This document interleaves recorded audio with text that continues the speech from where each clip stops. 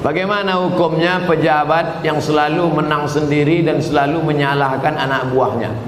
Ini bukan pertanyaan, ini balas dendam. Ini sakit hati dia. Kemana caranya biar supaya Ustaz Somad menghantam pemimpin dunia? Buat lu pertanyaan. Itu pula masalahnya. Dia bertanya sama Ustaz yang paham pula kan. Nabi berkirim surat kepada Raja Romawi, namanya Heraklius, Herkal. Apa kata Nabi? Aslim taslam. Kalau kau masuk Islam, kau selamat. Falaka ajrani, kau dapat 2 pahala. Kalau engkau baik, rakyatmu semuanya selamat dan kau dapat 2 pahala. Itulah enaknya jadi pemimpin. Karena kalau dia baik, rakyatnya baik, dia dapat 2 pahala. Tapi kalau kau tidak baik, falaka dzambul arisiyin, semua dosa anak-anak buahmu kau ikut menanggungnya. Oleh sebab itu maka yang paling pertama dapat naungan di akhirat nanti, sab'atun yuzilluhumullah, 7 golongan dapat naungan Allah. Saat itu naungan tak ada panas terik, tak ada atap. Di antara yang dapat naungan yang pertama bukan ustaz, yang pertama bukan ulama, yang pertama al-imamul adil, pemimpin yang adil. Tapi negara kita negara demokrasi. Kalau ada pemimpin-pemimpin kita yang zalim, yang menyalahkan orang, kita bisa lapor ke atas. Ada laporan, bapak-bapak pegawai kepala dinas lapor ke Pak Wali Kota. Pak Wali Kota ada laporan ke atas, ada atasan, ada BPK, ada Inspektorat Jenderal, ada macam. Bapak-bapak polisi, tentara lapor ke Propam, ada atasan yang bisa kita laporkan. Kalau takut kirim surat kaleng. Jangan fitnah. In ja'akum fasiqun binaba'in, kalau datang orang bawa berita palsu, fatabayyanu, klarifikasi. Nah, salah tak selesai dengan ditulis di wall Facebook, tapi harus diselesaikan. Wa amruhum syura bainahum, diselesaikan dengan musyawarah. Seorang laki-laki pakai emas dalam solatnya, apakah solatnya sah? Emas itu bukan babi, kecuali dia membawa rantai babi, baru Arab. Emas tidak. Emas kalau dipegang, wudhu kita tak batal, solat kita pun tak batal. Tapi Nabi mengharamkan pakai emas. Ini mesti dipahami. Emas kalau kita masukkan ke kantong, dibawa solat, Allahu Akbar, solat sah. Tapi memakai cincin emas haram. Bapak-bapak yang pakai cincin emas, buka sekarang juga. Tak ada gunanya pengajian. Tak ada guna pengajian. Nantilah mubazir mengaji. Bapak-bapak yang sekarang pakai cincin emas, buka sekarang juga. Tak perlu tunjukkan, pelan-pelan aja dari bawah. Buka masuk. Balik dari sini, jual. Kalau batunya sayang, simpan. Mana tahu batunya zamrud, kecubung, permata, intan, simpan. Ambil batunya, ikatkan dengan perak. Cincin saya emas putih Pak Ustadz. Emas putih itu emas. Emas putih itu emasnya 80, nikelnya 5. Emas putih itu emasnya 80%, nikelnya 5%, peraknya 18%, peraknya 15%. Maka warnanya putih, tapi dia emas juga. Jadi kalau mau buat cincin, perak saja. Ini cincin perak. Batunya zamrud, asli. Mereknya Casio, Casio orang. Tak pernah saya beli. Kalau sempatlah saya beli sekian puluh juta, lalu kemudian anak yatim tak sekolah, neraka jahanam tempat saya. Bisa pula anak yatim tak sekolah, cincin kita 30 juta. Pak, minta makan Pak, belum makan pagi, kata anak yatim di lampu merah. Kita mau. Nauzubillah. Oleh sebab itu maka yang punya cincin emas, wahai Imam Syafi'i, kenapa laki-laki Islam tak boleh pakai cincin emas? Apa kata Imam Syafi'i? Robek hati orang miskin menengok cincin emas. Aku makan pun payah, kau sampai hatilah pula pakai cincin emas. Matilah kau cepat, kata dia. hancur hati dia. Itu alasan ulama dulu. Tapi rupanya sekarang setelah ditemukan emas itu ada molekul-molekul kecil masuk ke dalam pori-pori, masuk ke dalam darah, masuk ke dalam jantung, menyebabkan penyakit Alzheimer, penyakit tua sebelum masanya, penyakit lemah tak bertenaga. Banyak orang barat yang sudah kena, pokoknya emas. Lalu kami yang perempuan Pak Ustaz, yang perempuan dia masuk ke dalam, keluar lagi melalui darah menstruasi haid. Makanya kalau ada bapak yang haid, pakailah.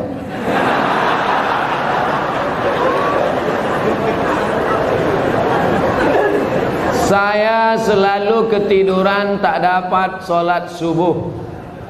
Orang yang tak sholat subuh karena ketiduran, ada hadisnya. Man nama, siapa yang tidur walam yusalli, sampai tak sembahyang subuh, balas syaitanu fi uzuni, setan kencing di telinganya. Yang tadi tak sembahyang subuh, itu tertulis di sini, toilet setan. Makanya ceramah ini harus terus diamalkan. Balik dari sini, pergi ke toko jam di Tanjung Pinang, cari dia. Mbak, apa jam yang paling mantap di sini? Nah, ini satu. Tanya dia, ada tak jam yang bisa menyipak? Asal jam 5 menyipak dia, kelempang. Sampai bangun subuh.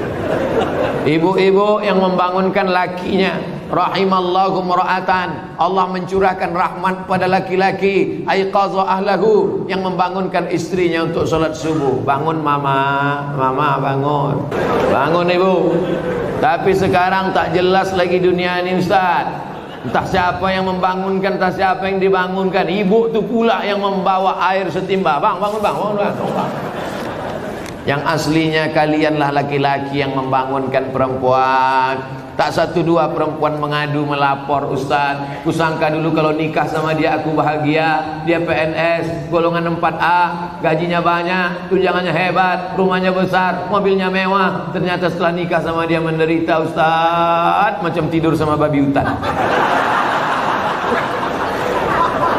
Walaupun hidup 1000 tahun, kalau tak sembayang apa gunanya?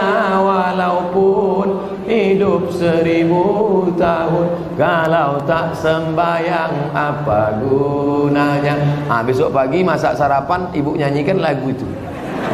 Walaupun hidup 1000 tahun, sambil ngacau teh. Walaupun hidup. Kau nyindir aku ya? Lah, aku tak ada nyindir.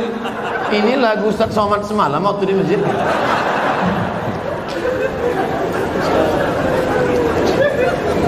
Ustaz, apa sah laki-laki sholat di rumah tapi tak di masjid?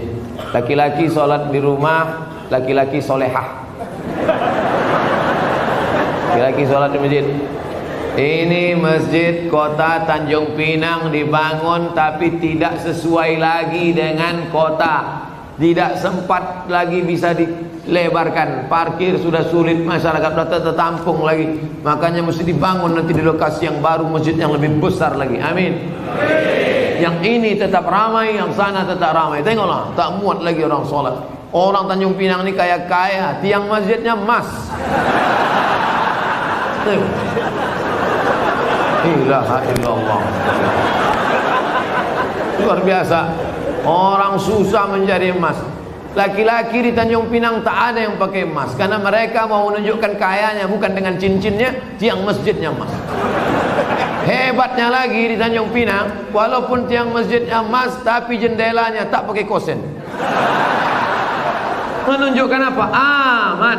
Tanjung Pinang aman, tak ada pencuri. Kadang-kadang kita masuk ke salah satu masjid, kotak infak dicor. Kotak infak pakai rantai besi, pakai gembok. Di sini aman. Coba tengok masjid, lampunya pula macam lampu Masjid Nabawi. Luar biasa, hebat. Entah emas tak kuningan.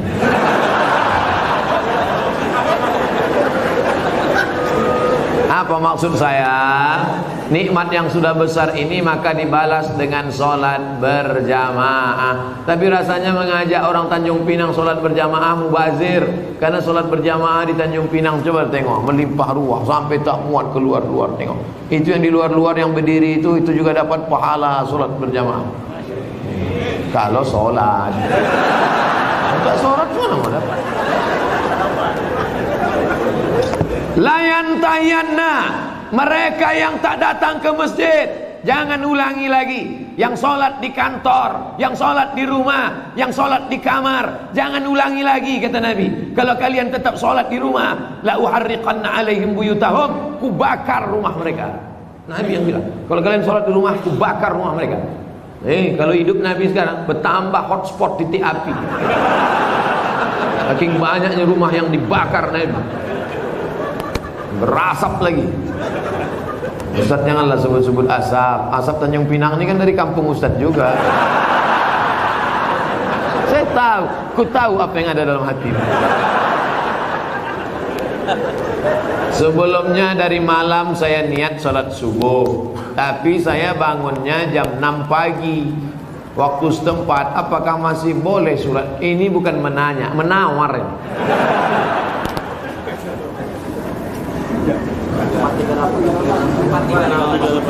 Subuh 4.38. Imsak subuh, zuhur, asar, maghrib, isya. Maghribnya jam,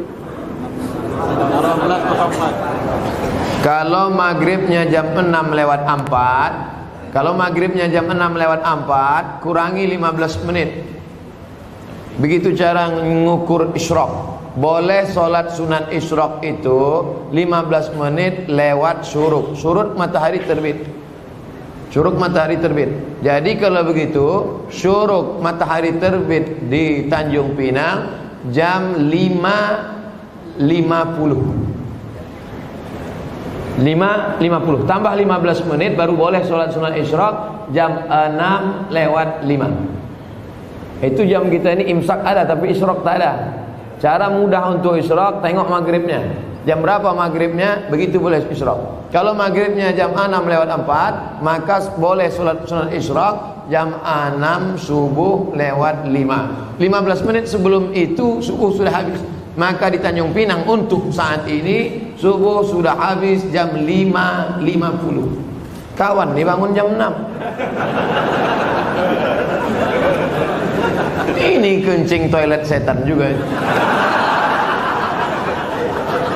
Oleh sebab itu jangan sampai tak sholat subuh. Bangun sholat subuh walaupun lambat jam 5.30. Ada waktu 20 menit lagi, jangan langsung sholat subuh, tapi qabliyah subuh. Karena qabliyah subuh khairum minad dunya wa ma fiha. Usolli sunnata subhi rak'ataini qabliyatan.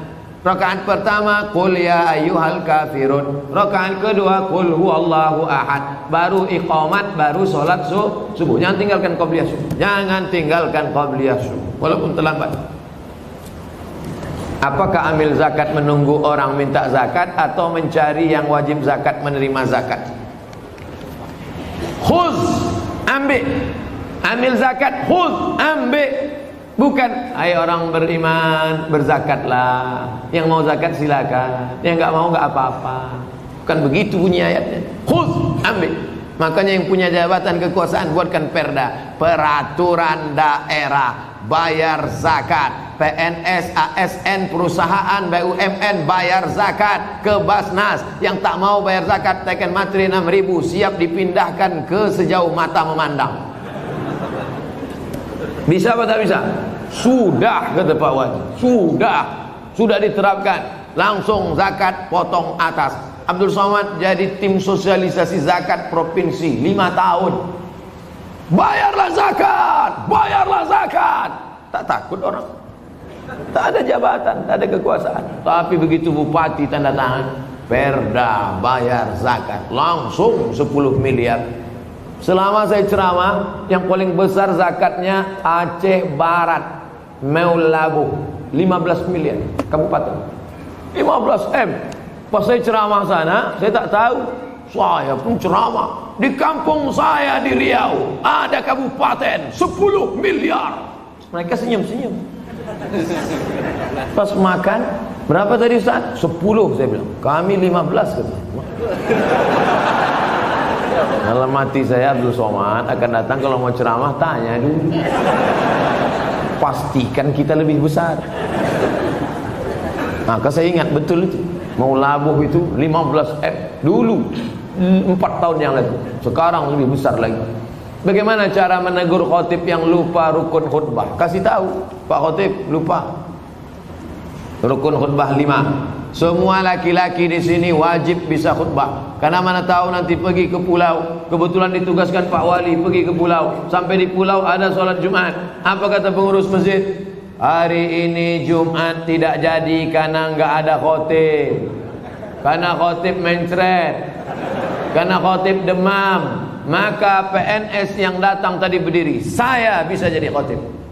5 rukun khutbah. Naik ke atas mimbar, alhamdulillah wassalatu wassalamu ala rasulillah ya ayyuhalladzina amanu taqullah usikum wa nafsi bitaqwallah Allahumma firlil muslimina wal muslimat. Duduk.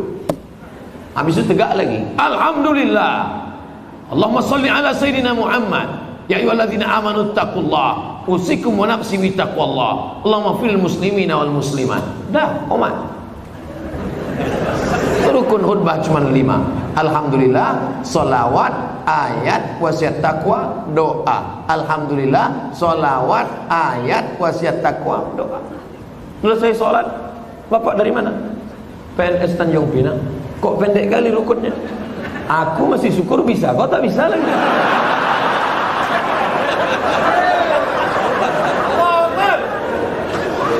Nah, insya Allah selesai ceramah ini semua PNS ASN Tanjung Pinang bisa jadi khotib, betul?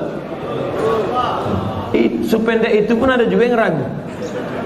Naik ke atas, nanti latihan dulu, karena kadang walaupun kita hafal, karena grogi naik ke atas hilang juga yang 5 itu. Pas naik ke atas, latihan. Alhamdulillah, wassalatu wassalamu ala rasulillah ya ayyuhalladzina amanu taqullah usikum wa nafsi bitaqwallah Allahumma firlil muslimina wal muslimat. Duduk. Karena khutbah mesti 2. Besok naik lagi. Alhamdulillah. Diulang balik, jangan pula naik lagi sama macam tadi. Apa pendapat Ustaz tentang film The Santri yang tidak mencerminkan kehidupan pesantren yang sebenarnya dan disutradarai oleh Livi Zeng yang kontroversi itu? Kalian mancing-mancing ah.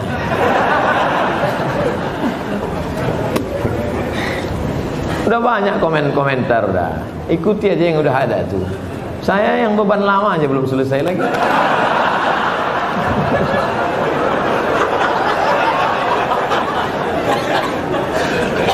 Haram hukumnya masuk ke rumah ibadah orang lain. Haram. Saya tak nonton film ini sampai habis. Baru menengok trailernya. Tapi di dalam itu yang bisa saya komentari, pertama masuk ke rumah ibadah. Karena Nabi tak mau masuk ke dalam tempat fihi surah wat tamathil. Kalau di dalam itu ada patung berhala. Maka dalam Islam mazhab Syafi'i mengharamkan masuk ke dalam rumah ibadah di dalamnya ada berhala. Mazhab Syafi'i. Kita pakai mazhab apa? Mazhab Syafi'i. 2. Tentang masalah laki-laki perempuan berdua-duaan tak mahram. Anak-anak. La yakhluwanna rajulun ma'amra'atin illa ma'adhi mahramin. Oleh sebab itu maka kita jaga anak cucu kita dari perbuatan-perbuatan maksiat. Bahwa ada misi-misi sesuatu di balik ini semua, wallahu a'lam bishawab. Kita akan diminta tanggung jawab di hadapan Allah Subhanahu wa taala. Islam tak perlu diajari bagaimana berinteraksi sosial dengan saudara kita non muslim. Karena kita sudah lama bertetangga, apalagi orang Tanjung Pinang. Seandainya orang Tanjung Pinang ini ekstrim, tak akan ada orang Tionghoa di Tanjung Pinang, betul? Kita semuanya bisa menerima, siapapun yang datang semua bertetangga, berkawan, bersahabat. Tapi kalau sudah dalam masalah ibadah, ritual, tak ada tawar menawar. Wala ana abidum ma'abatum wala antum abiduna ma'abud lakum dinukum. Ini sekarang banyak yang tak bisa membedakan kebablasan, tak bisa membedakan mana toleransi, mana tolerasin. Harus bisa dibedakan. Jangan karena toleransi mengorbankan keyakinan akidah anak-anak kita. Nauzubillah. Dan orang-orang yang pernah di pesantren pun ketika menonton itu, ini bukan anak pesantren. Anak pesantren tak begitu. Bagaimana tanggapan Ustadz tentang disertasi Dr. Abdul Aziz mengenai seks pranikah? Ini tulisan seorang bernama Sahrur. Siapa namanya? Sahrur, bukan Pak Sahrul. Pak Sahrul Pak wali kita. Seorang laki-laki namanya Sahrur. Sahrur artinya burung. Nama jenis burung, hitam warnanya. Itu nama dia, orang Suriah. Sahrur ini kuliahnya di Moskow. Aliran pemikirannya kiri. Apa itu maknanya kalau kiri? Komunis. Sahrur ini komunis. Sekolahnya di Moskow. Pulang dia dari Moskow, dibacanya Quran, dilepaskannya dari asbabun nuzul, dilepaskannya dari nasikh mansukh, dilepaskannya dari tafsir bil ma'thur, ditafsirkannya dengan pakai otak dia sendiri, dipakainya dengan ilmu bahasa, pendekatannya dia selalu pakai bahasa. Makanya menurut Sahrur, aurat yang wajib ditutupi itu hanya yang berkerut-kerut saja, yaitu payudara dan kemaluan. Itu saja yang wajib ditutup, yang lain boleh dibuka. Sahrur ini sudah lama kontroversi. Tahun 90 dia sudah mengeluarkan buku itu, namanya Alkitab wal Quran. Cuman baru sekarang dipopulerkan, ditulis, dibawa ke kampus, lalu disidangkan, dan pada akhirnya menjadi kehebohan. Ingat, ada ilmu, tapi ada yang lebih tinggi daripada ilmu, adalah akhlak. Mana akhlak kita di hadapan manusia dan di hadapan Allah Subhanahu wa taala. Hai para cendekiawan, jaga akhlak, karena keilmuan kita akan dituntut di hadapan Allah. Kira-kira apa efeknya? Mengeluarkan disertasi bahwa hubungan laki-laki perempuan, suka sama suka, tidak dianggap sebagai zina. Kira-kira apa efek positifnya terhadap umat? Tak ada. Semua agama di dunia ini mengharamkan zina.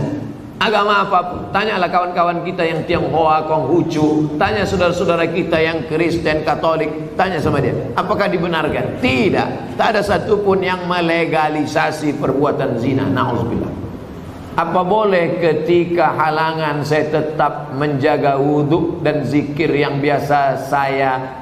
Perempuan yang berhalangan boleh berwudhu, perempuan yang berhalangan boleh tetap berzikir. Yang tak boleh baca Quran, tak boleh baca Quran, tak boleh pegang Quran, tak boleh itikaf di masjid, tak boleh tawaf, tak boleh sholat, tak boleh puasa.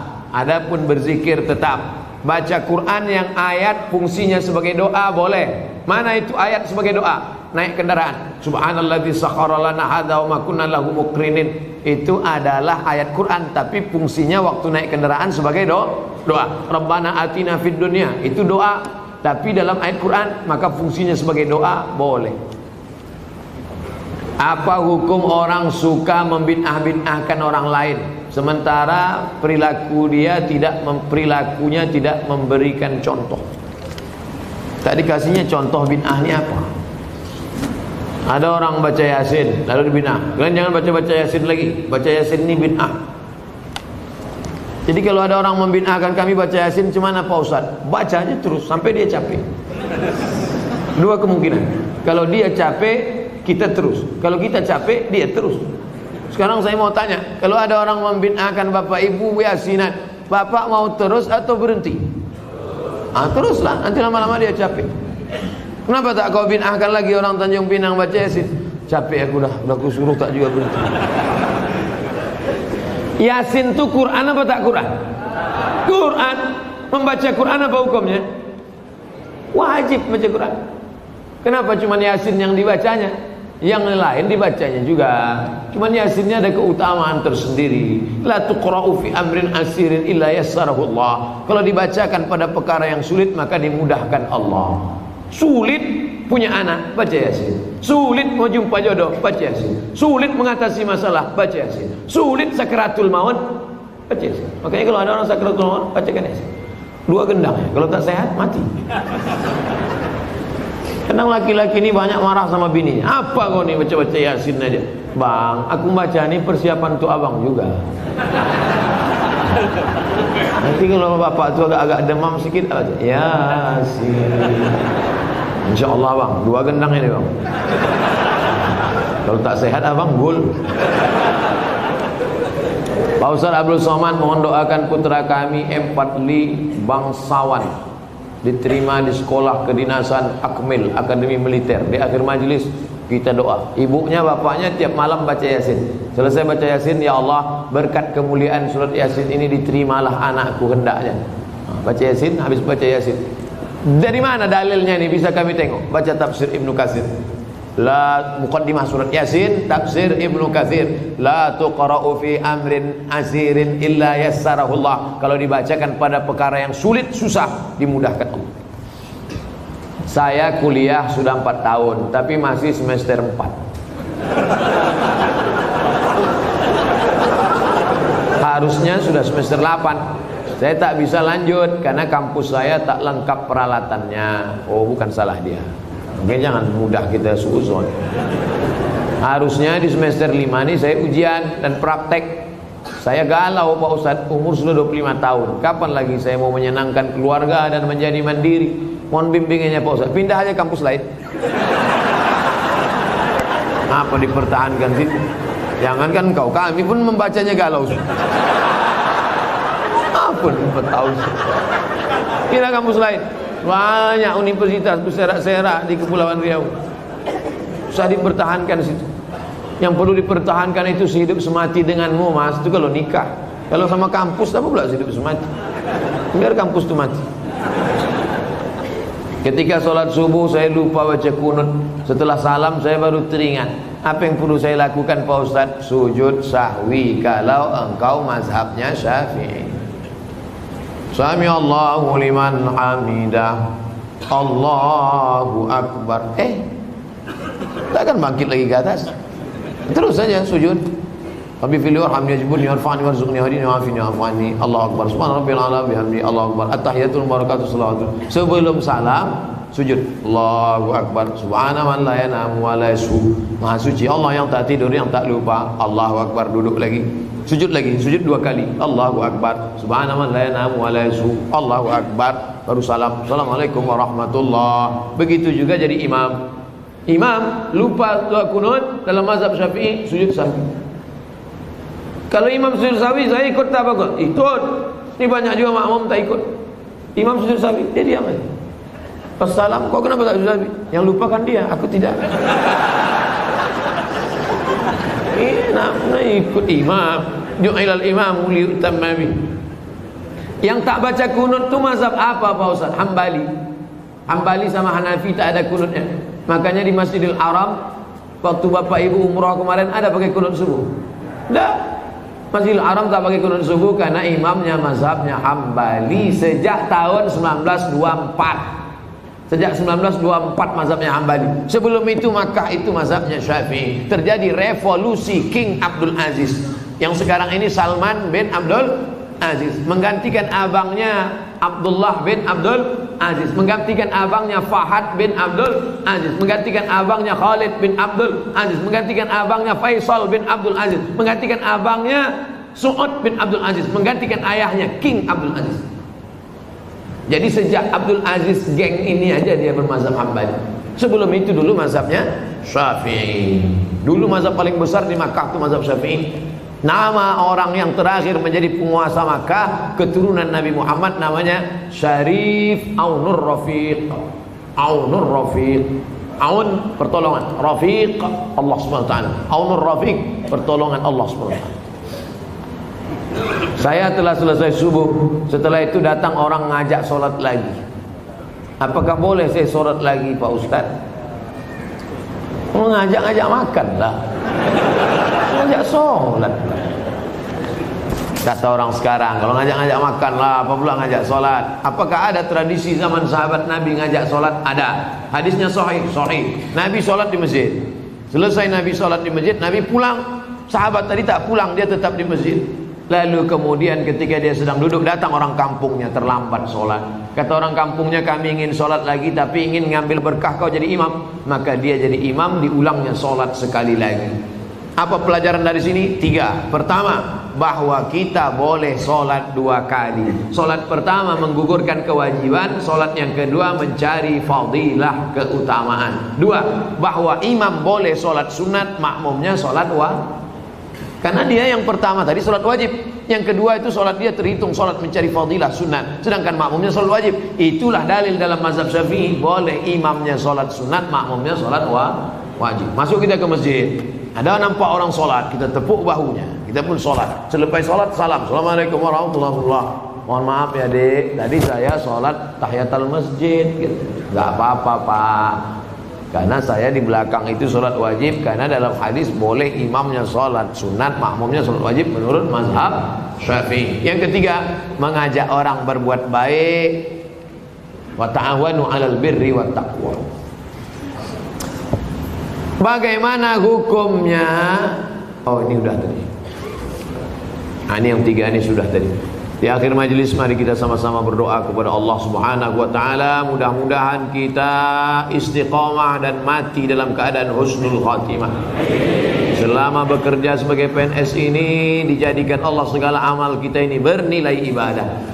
Ala hazihi niyyah wa kulli niyatin salihah. Al-Fatihah. أعوذ بالله من الشيطان الرجيم بسم الله الرحمن الرحيم الحمد لله رب العالمين الرحمن الرحيم مالك يوم الدين إياك نعبد وإياك نستعين اهدنا الصراط المستقيم صراط الذين أنعمت عليهم غير المغضوب عليهم ولا الضالين آمين اللهم صل على سيدنا محمد وعلى آل سيدنا محمد Allahumma inna natawassalu ilaika bijaki nabika Muhammad sallallahu alaihi wasallam bisirril Fatihah. Kami bertawassul kepada Engkau ya Allah dengan kemuliaan surat Al-Fatihah, dengan kemuliaan Nabi Muhammad sallallahu alaihi wasallam. Anta ja'al hadzal balada baladan aminan mutmainnan ya'ti rizquhu min kulli makan. Jadikan Tanjung Pinang negeri yang aman, damai, terbuka pintu rezeki dari laut dan daratan ya Allah. Allahumma in kana rizquna fis sama' fa'anzilhu. Kalau rezeki kami masih tergantung di langit, turunkan ke Tanjung Pinang ya Allah. Wa in kana fil ardi fakhrijhu. Kalau masih tertanam dalam tanah, keluarkan ke hadapan kami ya Allah. Wa in kana ba'idan faqarribhu. Kalau dia masih jauh maka dekatkan ke kampung halaman kami ya Allah. Allahumma ja'alil a'malana ibadatan lana. Jadikan aktivitas kami masuk kantor, bekerja setiap hari itu bernilai ibadah, ikhlas karena Engkau ya Allah. Allahumma waffiqna lima tuhibbuhu wa tardah. Tanamkan taufik hidayahmu ke dalam hati kami, pemimpin-pemimpin kami, sehingga kami dapat beramal dengan amal Kau cintai dan Kau ridai ya Allah. Allahumma khtim lana bi husnil khatimah. Tutup umur kami dengan husnul khatimah. Wa la taqtim alaina bi su'il khatimah. Jangan tutup dengan su'ul khatimah. Allahumma waffiqna lima tuhibbuhu wa tardah wa taj'al abna'ana wa banatina min huffazil Qur'an wal hafizat. Jadikan anak-anak kami di Tanjung Pinang ini menjadi anak-anak berbakti dan para penghafal Al-Qur'an. Allahumma arhamna bil Qur'an. Turunkan rahmatmu kepada kami dengan kemuliaan Al-Qur'an. Waj'alhu lana imama wa nura wa huda wa rahmah. Jadikan Quran sebagai pembimbing, penerang, pencahaya, pemberi hidayah bagi kami ya Allah. Allahumma ja'alil Qur'ana rabi'a qulubina. Jadikan Quran sebagai penenang hati kami, wa dhihaba husnina wa humumina wa humumina. Jadikan Quran sebagai penghalau gundah gulana susah hati kami. Allahumma inna nas'aluka salamatan fid din. Beri kami keselamatan dalam agama kami, wa afiatan fil jasad, sehatkan badan kami, wa ziyadatan fil ilmi, tambahkan ilmu kami, wa barakatan fil rizqi, berkahi rezeki kami, wa taubatan qablal maut, beri kami taubat sebelum mati, wa rahmatan indal maut, berikan rahmat ketika mati, wa maghfiratan ba'dal maut, berikan ampunan sesudah mati. Allahumma hawwin alaina fi sakaratil maut, ringankan kami waktu sakaratul maut ya Allah. Wan najata minan nar, selamatkan dari api neraka. Wal afwa indal hisab, maafkan segala amal kami ketika nanti kami dihisab di hadapan-Mu ya Allah. Allahumma ansurna 'alal qaumil kafirin, tolong kami menghadapi orang kafir.